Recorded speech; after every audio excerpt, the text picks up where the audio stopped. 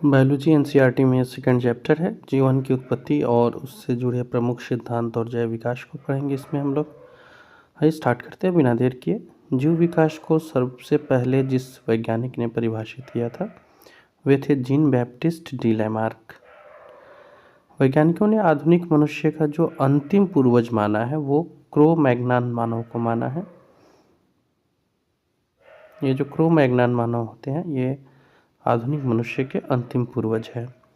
वर्तमान प्रमाण के अनुसार पृथ्वी पर जीव का जो उद्गम है वो लगभग 2 अरब वर्ष पहले हुआ था। स्टेट पीसीएस यूपीएससी जैसे एग्जाम का प्रिपरेशन कर रहे हैं, चैनल को सब्सक्राइब कर लीजिए, बहुत यूजफुल होने वाला है। बीपीएससी 17वीं स्पेशल सीरीज चला रहे हैं हम लोग और इसमें ये एनसीईआरटी की कड़ी है जो CTET, TGT, PGT, teachers exam सभी के लिए इक्वली इम्पोर्टेंट होने वाली है। विकासवाद का सिद्धांत चार्ल्स डार्विन ने दिया। उद्विकास के उत्परिवर्तन का सिद्धांत ह्यूगो डी ब्रिज ने दिया था। आर्कियोप्टेरिक्स होता है, ये जुरासिक युग की सबसे प्राचीन पक्षी है और ये सरीसृप और पक्षी वर्ग के बीच की कड़ी होती है। मैमथ जो होता है किस जीव का पूर्वज है, तो मैमथ हाथी का पूर्वज है। पृथ्वी पर सबसे पहले किस जीव की उत्पत्ति मानी जाती है, तो ये नीलहरित शैवाल थे, पृथ्वी पर सबसे पहले उत्पन्न हुए थे। शीत ऋतुओं में पशुओं के प्रसुप्ति काल को क्या कहा जाता है, तो यह हाइबरनेशन कहलाता है। किस जीव में नर्वस सिस्टम होता है लेकिन मस्तिष्क नहीं होता है, तो ये तारा मीन या स्टारफिश है। जीवाणु में किस प्रकार के राइबोसोम पाए जाते हैं, तो जीवाणु में जो राइबोसोम होते हैं वो 70S राइबोसोम्स होते हैं। डायनासोर जो होते हैं ये सरीसृप वर्ग में आते हैं और इनका जो उदय है वो मेसोजोइक युग में हुआ। नीलहरित शैवाल, जीवाणु तथा कवक ऐसे हैं जिनमें प्लास्टिड्स नहीं पाए जाते हैं, बल्कि इनमें एक लोमिली के आकार की रचना पाई जाती है जिसको क्रोमैटोफोर्स कहते हैं। जाइलम वाहिकाओं का अभाव किसमें होता है, तो ये अनावृत बीजी एवं टेरिडोफाइटस जो होते हैं इनमें जाइलम वाहिकाओं का अभाव पाया जाता है। आप अगर पीपीएससी प्रीलिम्स इस बार 70वीं में बैठने वाले हैं तो प्लेलिस्ट में जो वीडियोस है एक बार समय निकाल के उसे जरूर देख लीजिएगा, बहुत यूजफुल होने वाला है। मॉक टेस्ट्स वगैरह फ्री में अटेम्प्ट करना चाहते हैं, डिस्क्रिप्शन में ऐप का लिंक है, जाके आप वहां से उसे डाउनलोड करके अटेम्प्ट कर सकते हैं। 5 किंगडम क्लासिफिकेशन यानी 5 जगतीय वर्गीकरण को किसने प्रस्तुत किया था, तो ये विटेकर थे। जंपिंग जीन की खोज मैकक्लिंटॉक ने की। डीएनए तथा आरएनए दोनों में कौन सा क्षार है जो पाया जाता है, तो एडेनिन, ग्वानिन और साइटोसिन ये दोनों में पाया जाता है। ऐसा कौन सा उड़ने वाला जीव है जो उड़ता है लेकिन पक्षी वर्ग में नहीं आता, तो बैट्स अर्थात की चमगादड़ है। ये पक्षी में इसलिए नहीं शामिल किया जाता क्योंकि ये स्तनपायी होते हैं। वह समूह जिसके जंतु प्रायः रात में देख सकते हैं, चल सकते हैं, रात्रिचर होते हैं जो, ये समूह है मच्छर, चमगादड़ और उल्लू का।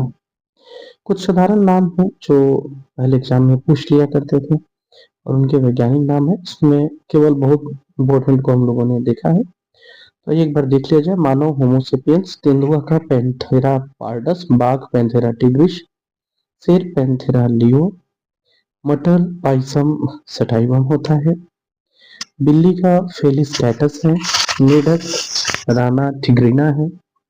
ये इनका वैज्ञानिक नाम है जो आप पीवाईक्यू में देखेंगे तो बहुत पहले वाले क्वेश्चंस में कभी कभी ये प्रश्न पूछे गए हैं। धान का वैज्ञानिक नाम ओराइजा सटाइवा है। सरसों का ब्रेसिका कॉम्पेस्ट्रिस है। चना सीसर एरिएटिनम है। गेहूं ट्रिटिकम एस्टिवम है। गाय को बॉस इंडिकस कहा गया, जबकि आम को मैंगीफेरा इंडिका कहा गया है। हम लोग एनसीईआरटी के पूरे बायोलॉजी को कवर करेंगे और आपको प्रीलिम्स एग्जाम में बायोलॉजी से अप्रोक्स 10 क्वेश्चंस मिनिमम देखने को मिल जाते हैं और उसमें एनसीईआरटी की एक बड़ी भूमिका होती है। तो अगर ये हम कवर कर पा रहे हैं तो कुछ मार्क्स तो जरूर ही हम लोग यहाँ से प्राप्त कर सकते हैं, ऐसा आशा किया जा सकता है। तो इसलिए एनसीईआरटी के जो भी आपको अपकमिंग एग्जाम्स आने वाले हैं ना, पीजीटी, टीजीटी, टीआरई, जितने भी एग्जाम, सभी के लिए इक्वली इम्पोर्टेंट होने वाले हैं। सब्सक्राइब करना और शेयर करना मत भूलिएगा ऐसे लोगों के साथ जो इस तरह के एग्जाम का प्रिपरेशन कर रहे हैं। प्रकाश संश्लेषण की प्रकाशिक और अप्रकाशिक अभिक्रिया क्लोरोप्लास्ट में ग्रेना और स्ट्रोमा में होती है, यानी ग्रेना में प्रकाशिकी जबकि स्ट्रोमा में अप्रकाशिकी होती है। मोलास्का संघ के कुछ जंतुओं में नीले या हरे रंग का रक्त पाया जाता है। ये किस कारण से होता है? हीमोयास्मीन के कारण होता है। मानव हृदय का बायां नीला प्रकोष्ठ पूर्णतः ऑक्सीकृत रक्त को महाधमनी और संपूर्ण शरीर में भेजता है। एक आप नोट देकर के फैक्ट्स लिख सकते हैं। नेक्स्ट है, कवकों और उच्चतर पादपों की जड़ों के बीच कौन सा कार्यात्मक साहचर्य पाया जाता है? तो ये कवक मूल होता है। कवक और जो उच्चतर पादप है इनके जड़ों के बीच में कार्यात्मक साहचर्य पाया जाता है। कपास में पाया जाने वाला प्रमुख घटक सेल्यूलोज है। लाइकेन किससे निर्मित होते हैं? कवक और शैवाल से। जीवन चक्र की दृष्टि से पौधे का सबसे महत्वपूर्ण अंग फूल है। क्लोरोफिल के निर्माण में कौन सा तत्व महत्वपूर्ण होता है? तो ये मैग्नीशियम है। अधिकांश कीट किसके द्वारा श्वसन करते हैं? तो ये ट्रैकिया या वातक तंत्र के द्वारा अधिकांश कीट जो है वो श्वसन करते हैं। कुनैल आवृतबीजी पादप का उदाहरण है। इसका जो छाल है वो मलेरिया के उपचार के लिए प्रयोग में लाया जाता है। अब यहाँ से जो ऑनलाइनर्स टाइप के क्वेश्चंस हैं वो एग्जाम में कई बार देखने को मिले हैं। जैसे सेब में पाए जाने वाले लाल रंग का क्या कारण है? तो एंथ्रोसायनिन के कारण। टमाटर में जो लाल रंग होता है वो लाइकोपीन की उपस्थिति के कारण पाया जाता है। शहतूत के फल का वैज्ञानिक नाम सोरोसिस है। वेनम ग्लैंड्स स्नेक्स के जो होते हैं वो किस अंग के समान होते हैं? तो हमारे कशेरुकी प्राणियों के लार ग्रंथ के समान होते हैं। निपेंथिस खासियाना नामक पौधा मुख्यतः मेघालय में पाया जाता है। चट्टान पर उगने वाले पौधे को शैलोद्भिद कहते हैं। निपेंथिस खासियाना मेघालय में, याद रखिएगा। घटपर्णी कीटभक्षी पादप के अंतर्गत आता है। इसकी पत्तियों के जो पर्ण फलक होते हैं वो घड़े के रूप में रूपांतरित हो जाते हैं। कौन सा प्राणी अपनी आंत में जल का संग्रहण करता है? तो ये ऊंट होता है। सबसे बड़ा इनवर्टेब्रेट अकशेरुकी जीव होता है कोलोसल स्क्विड। जल और स्थल दोनों जगह पर रहने वाले प्राणियों को उभयचर कहते हैं। तो ये जो जल और स्थल दोनों जगहों पर रहते हैं ये उभयचर कहलाते हैं। लीची के फलों को किस शाखा के अंतर्गत रखा जाता है? तो ये एक बीजी बेरी के नाम से जाने जाते हैं। हल्दी के पौधे के तने से, हल्दी जो है पौधे के तने से प्राप्त होती है, यानी उसका खाया जाने वाला जो हिस्सा होता है वो राइजोम यानी कि प्रकंद होता है। लाल मिर्च कैप्सिसिन के कारण तीखी होती है। सबसे बड़ा स्तनपायी जीव व्हेल होता है। सिल्कवर्म यानी रेशम का कीड़ा अपने जीवन काल की किस अवस्था में वाणिज्यिक तंतु उत्पन्न करता है? प्यूपा वाले अवस्था में। गर्म रुधिर वाले या समतापी जो जंतु होते हैं उनके शरीर का तापमान सदैव एक समान रहता है। समुद्री घोड़ा किस प्रकार के जीव का उदाहरण है? तो ये मछली का उदाहरण है। वह कौन सा स्तनपायी है जो अंडे देता है लेकिन बच्चे नहीं देता? तो ये एक टीना है।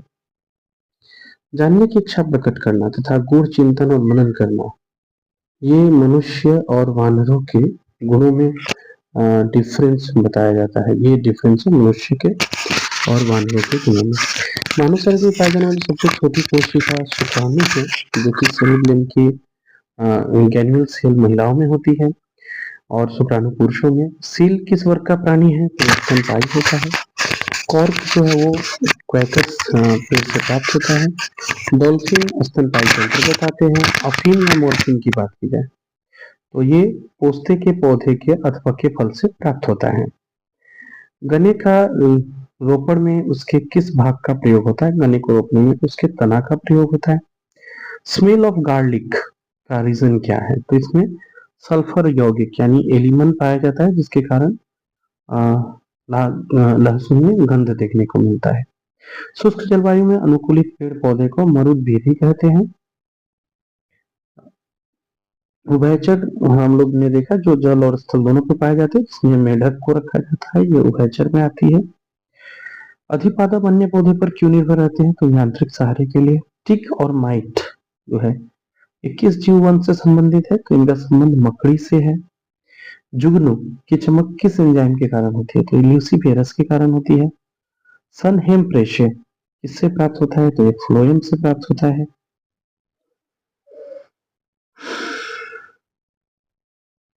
लेग हीमोग्लोबिन ये किसमें पाई जाती है? लेग हीमोग्लोबिन तो ये लेग्यूम मूल ग्रंथियों में पाई जाती है।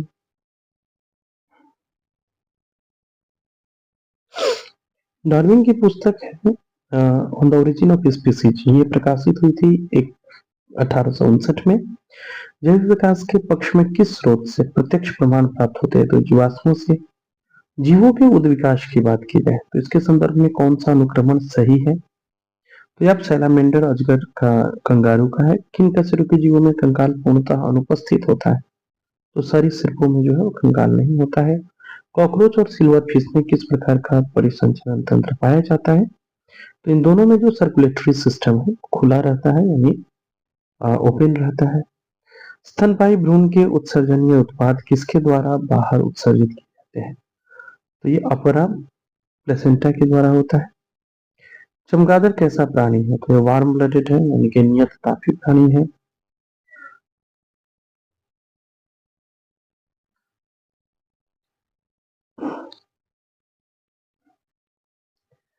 विज्ञान की पैलियोंटोलॉजी एक शाखा है, इसके अंतर्गत जीवाश्मों का अध्ययन किया जाता है। सबसे बड़ा पक्षी जो तेजी से दौड़ सकता है लेकिन उड़ नहीं सकता है शुतुरमुर्ग है। अच्छा, हेलोफाइट्स क्या होते हैं? तो याद रखिएगा, जो नमक युक्त मिट्टी में पौधे उत्पन्न होते हैं वो हेलोफाइट्स होते हैं। एंटोमीबा हिस्टोलिटिका नामक परजीवी मानव के किस अंग में पाया जाता है? तो ये आंतों में पाया जाता है। लिग्निन नामक पदार्थ जमता है जाइलम ऊतक पर। डीएनए संश्लेषण तथा हिस्टोन प्रोटीन कोशिका चक्र की किस अवस्था में बनते हैं? तो ये एस वाला अवस्था में। सीप, घोंघा ये सब जो है। अच्छा, डूबने से हुई मृत्यु का पता लगाने के लिए किस जीव का महत्व है? तो डायटम का। पपीते का पीला रंग होता है कैरिका जैंथिन की उपस्थिति के कारण। पौधे के किस भाग से हल्दी प्राप्त होता है? तो यह तना है। किस शैवाल से आयोडीन निर्माण होता है? तो लेमिनेरिया नामक जो शैवाल है से आयोडीन तैयार होता है। वे जीवाणु जो वायुमंडलीय नाइट्रोजन को नाइट्रोजन के यौगिकों में परिवर्तित करते हैं वे क्या कहलाते हैं? तो नाइट्रोजन स्थिरीकारी जीवाणु कहलाते हैं। अधिक नमक वाले अचार में जीवाणु जीवित क्यों नहीं रह पाते हैं? क्योंकि ये जीव द्रव्य कुंचित होकर मर जाते हैं। कवक कोशिका में संचित होने वाला खाद्य पदार्थ ग्लाइकोजन है। तालाब और कुओं में किस जंतु को छोड़ने से मच्छरों को नियंत्रित करने में मदद मिलती है? तो ये गैम्बूशिया फिश है, इसको छोड़ने से मच्छरों को नियंत्रित करने में मदद मिलती है। बिस्फेनॉल ए, बीपीए, ये क्या होता है? तो ये खाद्य संमिश्रण सामग्री के विकास के लिए प्रयोग में लाया जाने वाला एक रसायन है। मिट्टी के प्रयोग के बिना केवल जल एवं खनिज की सहायता से पौधे उगाने की विधि को हाइड्रोपोनिक्स कहते हैं। प्रतिजैविक यानी एंटीबायोटिक मुख्यतः जीवाणुओं से प्राप्त होते हैं। इष्ट कोशिका में कौन सा मुख्य विकर उपस्थित होता है? तो जाइनस है। जब एक ही जीन दो या दो से अधिक भिन्न भिन्न लक्षणों को एक साथ नियंत्रित करे तो ये बहुप्रभाविता का नियम होता है। क्यूनिन और क्यूनिन जिसको कुनैन बोलते हैं किसकी छाल से प्राप्त होता है? तो ये सिंगोना की छाल से प्राप्त होता है। मेंडल ने अपने वंशागति नियमों को प्रतिपादित करने में किस पौधे का प्रयोग किया था? तो ये गार्डन पी यानी मटर थी। ग्रेगर जॉन मेंडल को आधुनिक आनुवंशिकी का जनक कहा जाता है। सूखा सहिष्णुता से संबंधित हार्मोन है एब्सिसिक अम्ल। अधिकांश एंजाइम किस ताप पर सबसे अधिक सक्रिय होते हैं? तो 20 से 35 डिग्री सेल्सियस के बीच के तापमान पर जो एंजाइम्स होते हैं वो बहुत अधिक सक्रिय हो जाते हैं।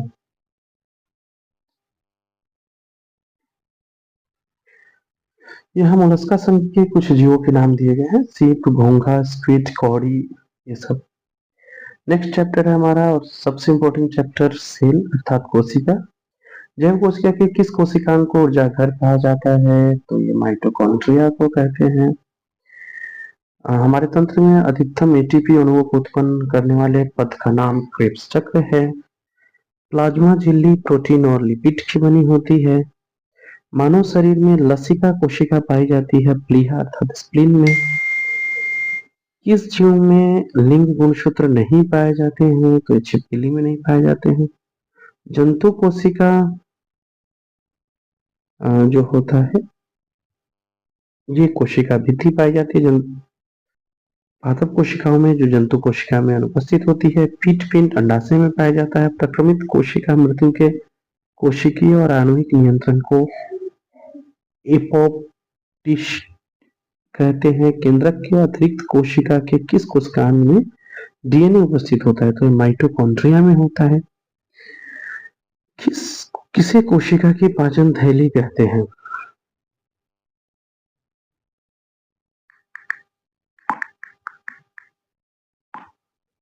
लाइसोसोम को। मनुष्य के किस ऊतक में जन्म के पश्चात तंत्रिका कोशिका विभाजन नहीं होता है? तो तंत्रिका ऊतक में। कौन सा भाग पादप तथा जंतु कोशिका में पाया जाता है? तो कोशिका झिल्ली, कोशिका केंद्रक, कोशिका द्रव्य और केंद्रक होता है। हाइपरप्लासिया का क्या अर्थ होता है? तो कोशिका के आकार में वृद्धि होना होता है। जीन शब्द सबसे पहले किसने प्रतिपादित किया था? तो ये जॉनसन थे। रिवर्स प्रतिलेखन यानी कि रिवर्स ट्रांसक्रिप्शन की खोज किसने की थी? ये टेमिन एवं बाल्टीमोर है। जब एक युग्म जीन दूसरी इकाई के प्रभाव को छुपाता है तो इस प्रक्रिया को प्रभाविता कहते हैं।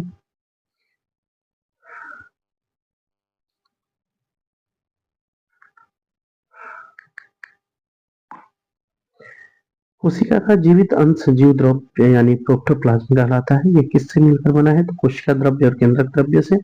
कौन सा कोशिकांग प्रोटीन संश्लेषण में सहायता करता है? तो राइबोसोम है। मानव शरीर में जो गुणसूत्र की संख्या है वो 46 है। पौधों की कोशिका भित्ति की संरचना जो है उसका मेन घटक कैल्शियम है। सबसे छोटी जीवित कोशिका माइकोप्लाज्मा है। जीवन का जो भौतिक आधार है वो प्रोटोप्लाज्म यानी जीव द्रव्य है। कौन सा कोशिकांग केवल वनस्पति कोशिका में पाया जाता है? तो हरित लवक द्विनाम पद्धति के जन्मदाता कैरोलस लिनियस है। दो कोशिकाओं के बीच पदार्थों का आवागमन जीव द्रव्य तंतु यानी प्लाज्मोडस मेटा के द्वारा होता है। किस तत्व के कोशिकाओं में एकत्रित होने से रंध्र खुल जाते हैं? तो पोटेशियम को। किसे ट्रैफिक पुलिस कहा गया है कोशिकांग का? तो गोल्जी काय को। प्लाज्मा झिल्ली लाइपोप्रोटीन से बनी होती है। प्लाज्मा झिल्ली की संरचना का यूनिट मेम्ब्रेन मॉडल रॉबर्टसन ने दिया था। कोशिका भित्ति कैसी संरचना होती है? तो ये पारगम्य होती है। अब कुछ वन लाइनर्स टाइप के फैक्ट्स जैसे कि दुनिया की सबसे छोटी कोशिका माइकोप्लाज्मा गैलीसेप्टिकम है। विश्व की सबसे बड़ी कोशिका एग ऑफ ऑस्ट्रिच शुतुरमुर्ग का अंडा है। मानव शरीर में सबसे छोटी कोशिका सेरिबेलम की ग्रेन्यूल सेल है। मानव शरीर की सबसे बड़ी कोशिका अंडाणु जो कि केवल स्त्रियों की बात की जाए ओवम है। मानव शरीर की सबसे लंबी कोशिका न्यूरॉन है। पुरुषों में जो सबसे छोटी कोशिका है वो शुक्राणु स्पर्म होता है और सबसे बड़ी पादप कोशिका कार्डियोटैक्सीफोलियो है। पुरुषों के शुक्राणु तथा महिलाओं के अंडाणु के निषेचन की क्रिया कहाँ संपन्न होती है? तो ये अंडवाहिनी में संपन्न होती है। हमारा नेक्स्ट चैप्टर है पोषण। मानव शरीर में किस पोषक तत्व की कमी के कारण शारीरिक वृद्धि जो है वो धीमी होती है? तो प्रोटीन के कारण। विटामिन ए का मुख्य स्रोत गाजर होता है। प्रोटीन और वसा दोनों की प्रचुरता मूंगफली में होती है। शरीर में त्वचा के नीचे विद्यमान वसा शरीर की उष्मा ह्रास के विरुद्ध अवरोधक का कार्य करता है। शरीर में ऊतकों का निर्माण प्रोटीन से होता है। किस विटामिन को हार्मोन कहा जाता है? तो ये विटामिन डी को। ट्रिप्सिन जो है ये प्रोटीन के पाचन में मददगार होता है। सामान्य क्रियाशील महिला के लिए प्रोटीन लगभग 45 ग्राम प्रतिदिन होनी चाहिए। स्तनपान कराने वाली महिला को लगभग 70 ग्राम प्रोटीन की आवश्यकता होती है। लार जो है स्टार्च के पाचन में सहयोग करता है। टीसी यानी अलसी जो है ये ओमेगा 3 वसीय अम्ल का प्रचुर स्रोत है। मानव शरीर में पाचन की अधिकांश क्रिया छोटी हाथ में होती है। मांस की तुलना में मछली को सुपाच्य और लाभदायक माना जाता है क्योंकि बहु असंतृप्त वसा अम्ल इसमें अवेलेबल होता है। दूध किस बैक्टीरिया के कारण खराब हो जाते हैं? तो लैक्टोबैसिलस के कारण खराब होते हैं। फास्फोरस शरीर में अम्लीयता एवं क्षारीयता के बीच संतुलन बनाए रखने का काम करता है। पालक के पत्तों में किस पोषक तत्व की मात्रा सबसे अधिक होगी? तो ये लोहे की। कौन सा एंजाइम दुग्ध प्रोटीन को पचाने में सहायक होता है तो रेनिन है। मानव शरीर में विटामिन ए किस अंग में भंडारित होता है तो यकृत में। अधिकांश प्राणियों के जीवित पदार्थ का लगभग 80% पदार्थ प्रोटीन है। सेब का हृदय रोगियों के लिए विशेष महत्व है क्योंकि सेब में पोटेशियम पाया जाता है और पोटेशियम हार्ट के लिए बहुत अच्छा होता है, तो ये हृदय रोगियों के लिए लाभदायक होता है।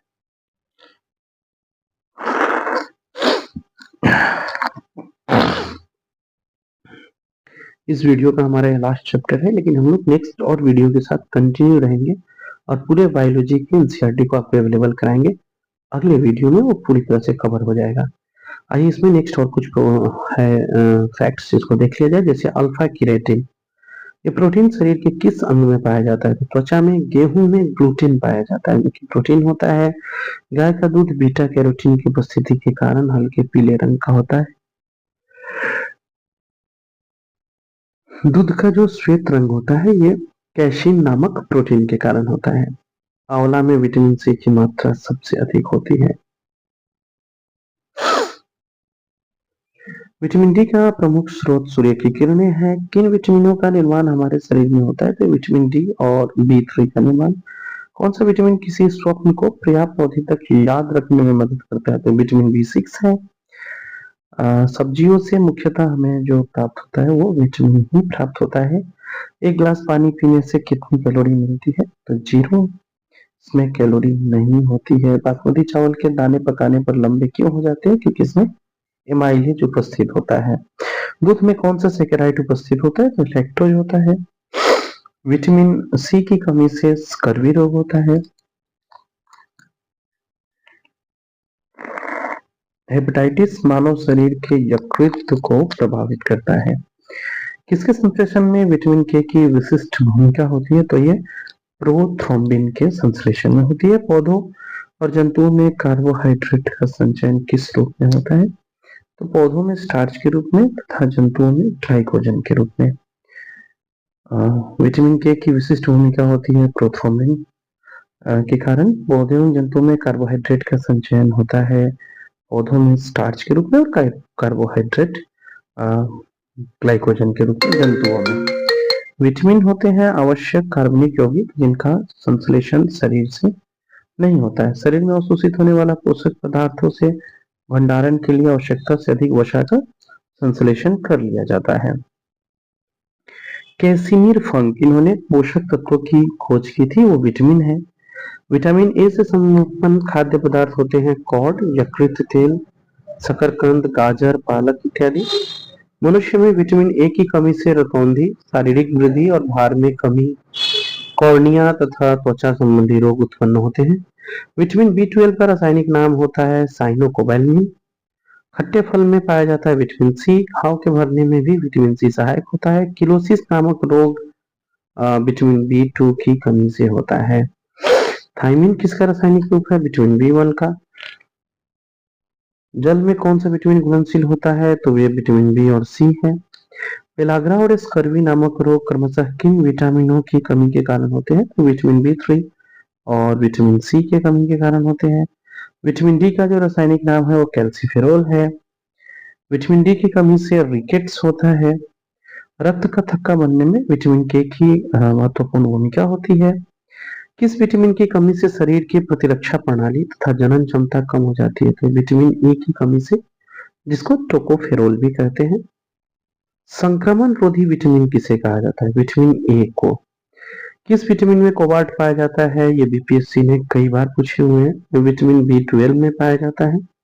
अनाज का जो छिलका होता है इसमें मुख्य रूप से थायमिन पाया जाता है जिसे B1 कहते हैं। फाइबर्स का भी अपना एक महत्व होता है। ये भोजन में रेशों की अधिकता जो होती है पाचन क्रिया में सहायक होती है। रेशे युक्त भोजन में ग्लूकोज की मात्रा कम होती है जिससे आंतों में जो ट्यूमर है इसके बनने की संभावना कम होती है। कुछ खनिज तत्व है और इनके महत्व को देख लिया जाए, जैसे कि कैल्शियम, ये दांतों और अस्थियों की रचना, रुधिर स्कंदन, तंत्रिका एवं पेशियों के कार्य करती है। फास्फोरस दांत और हड्डी की रचना, अम्ल क्षार संतुलन, एटीपी डीएनए में होती है। गंधक अनेक अमीनो अम्ल तथा कुछ हार्मोन से विटामिन का घटक होता है। पोटेशियम अम्ल क्षार संतुलन, जल संतुलन और तंत्रिकाओं की कार्य की है। क्लोरीन जठर रस का अम्ल क्षार संतुलन है। सोडियम अम्ल क्षार संतुलन बनाता है, जल संतुलन बनाता है। मैग्नीशियम ग्लाइकोलाइसिस तथा एटीपी पर आश्रित अनेक उपापचयी क्रियाओं के एंजाइमों का सहघटक है। कुछ खनिज और उसके स्रोत को देख लिया जाए तो लौह मिलता है केला और खजूर में। पोटेशियम पालक में पाया जाता है। आयोडीन के लिए आयोडीन युक्त सामान्य नमक होता है और कैल्शियम दूध और अंडे में। कौन सा तत्व किडनी में पत्थरी को बनने से रोकता है? तो मैग्नीशियम होता है। कौन सा फल स्कर्वी रोग के उपचार में महत्वपूर्ण होता है? तो ये आंवला है। एक संतुलित आहार में विभिन्न पोषक तत्व किस अनुपात में होते हैं? तो 1/2 प्रोटीन, 1/4 वसा और 3/5 कार्बोहाइड्रेट होना चाहिए। किस पोषक तत्व से प्रति ग्राम सर्वाधिक ऊर्जा प्राप्त होती है? तो वसा यानी फैट से। किसकी कमी से क्रिटिनिज्म यानी कि बुद्धि का मंद होना और बौना होना होता है? तो आयोडीन की कमी से। कौन सा विटामिन रोग प्रतिरोधक क्षमता प्रदान करता है? तो विटामिन ए है। विटामिन डी की अनुपस्थिति से शरीर में कैल्शियम की कमी हो जाती है। विटामिन जो होते हैं ये मेटाबॉलिज्म प्रक्रिया में भी महत्वपूर्ण भूमिका निभाते हैं और ये विभिन्न रोगों से शरीर की रक्षा करते हैं। अब एक टेबल में हम लोग वसा में घुलनशील विटामिन और जल में घुलनशील विटामिन देख लेते हैं।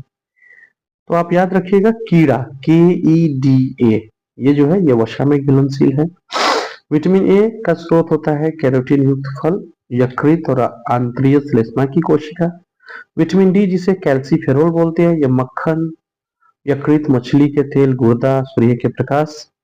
विटामिन ई टोकोफेरोल तेल, गेहूं, अंडे की जर्दी। क्योंकि विटामिन के जो होती है ये हरी पत्ती, अंडा, यकृत, टमाटर, गोभी, सोयाबीन इत्यादि में पाई जाती है। प्रभाव क्या है? तो विटामिन ए जो है ये दृष्टि रंगों का संश्लेषण करता है। इसकी कमी से कॉर्निया और त्वचा के कोशिकाओं का विकास रुक जाता है। विटामिन डी कैल्शियम और फास्फोरस का उपचय करती है, इससे सूखा रोग हो जाता है इसकी कमी से और वयस्कों में, जबकि रिकेट्स बच्चों में हो जाती है। विटामिन ई कोशिका कला की सुरक्षा करती है, जनन क्षमता में वृद्धि करती है। अगर कमी हो गया तो जनन क्षमता में कमी हो जाता है। विटामिन के यकृत में प्रोथ्रोम्बिन का संश्लेषण करती है और इसकी अगर कमी हो जाए तो फिर रक्त का थक्का नहीं जमता है। अब जल में घुलने वाले विटामिन को देख लेते हैं। ये बी और सी होते हैं, याद रखिएगा बी के अलग अलग पार्ट और विटामिन सी। तो स्टार्ट करते हैं B1 जिसे थायमिन भी कहते हैं। ये आपको मिलेगा अनाज, फलियां, सोयाबीन, अंडा, मांस। इसमें आपको विटामिन B2 जो है ये पनीर वगैरह में, B3 अंडा, यकृत, मांस वगैरह में। तो यहाँ से आपको विटामिन B12 तक का जो है वो जल में घुलनशील होता है और साथ में जो विटामिन सी होता है हमारा स्कॉर्बिक एसिड ये भी जल में घुलनशील होता है। अब एक एक करके देख लेते हैं। विटामिन B1 जो है इसे थायमिन कहते हैं और ये अनाज, फलियां, सोयाबीन, अंडा, मांस इसमें पाए जाते हैं। कार्बोहाइड्रेट एवं वसा उपपचयी क्रियाओं के सहएंजाइम घटक होते हैं। विटामिन B2 उपापचय में महत्वपूर्ण सहएंजाइम की भूमिका निभाते हैं, जबकि B3 भी महत्वपूर्ण सहएंजाइम की भूमिका ही निभाते हैं। B5 कैटाबोलिज्म में महत्वपूर्ण घटक होता है। B6 अमीनो अम्ल के उपापचय में। B7 वसा एवं अमीनो अम्ल सहित अन्य पदार्थों का संश्लेषण करता है। इसके बाद B9 वृद्धि रुधिराणुओं का निर्माण, DNA का संश्लेषण। B12 वृद्धि रुधिराणुओं का निर्माण करता है। और इससे की कमी से होने वाले रोगों को देख लिया जाए तो B1 की कमी से बेरी, B2 से किलोसिस रोग, B3 से पिलाग्रा, जबकि B5 से चर्म रोग होते हैं। B6 से रक्त क्षीणता, चर्म रोग, पेशी एंटर। B7 से चर्म रोग, बालों का झड़ना। B9 फोलिक एसिड है यानी रक्त क्षीणता। B12 रक्त क्षीणता, तंत्रिका तंत्र के विकार। और विटामिन सी यानी स्कॉर्बिकम ये स्कर्वी रोग और मसूड़ों में सूजन। विटामिन के का रासायनिक नाम फिलोक्विनिन है और ये रक्त का स्कंदन करने में मदद करती है। तो इस वीडियो में इतना ही। अगले वीडियो में हम लोग पौधों से जुड़े हुए नेक्स्ट चैप्टर को करेंगे। तो मिलते हैं हम लोग अपने अगले वीडियो में।